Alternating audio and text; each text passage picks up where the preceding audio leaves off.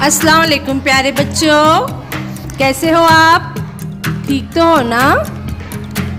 हाँ तो बच्चों, आज हम शुरू करेंगे तीसरी जमात की पहली नज़्म, जिसका नाम है मोटरसाइकिल।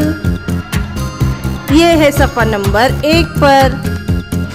फट फट फट फट करने वाली, मीलों का दम भरने वाली, आन बड़ी है शान बड़ी है, दो पहियों में जान बड़ी है, जंगल बस्ती शोर मचाती, सड़कों पर है दौड़ लगाती, दाना चारा कुछ नहीं खाती, फिर भी कोसों दौड़ के जाती।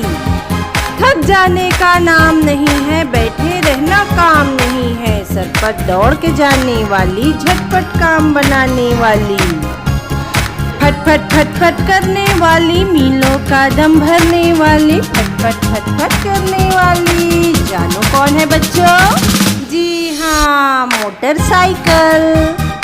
तो बच्चों, आज का होमवर्क, आप लोगों को मोटरसाइकिल ये नज़्म ज़बानी याद करके आना है। ठीक है बच्चों? अल्लाह हाफिज़।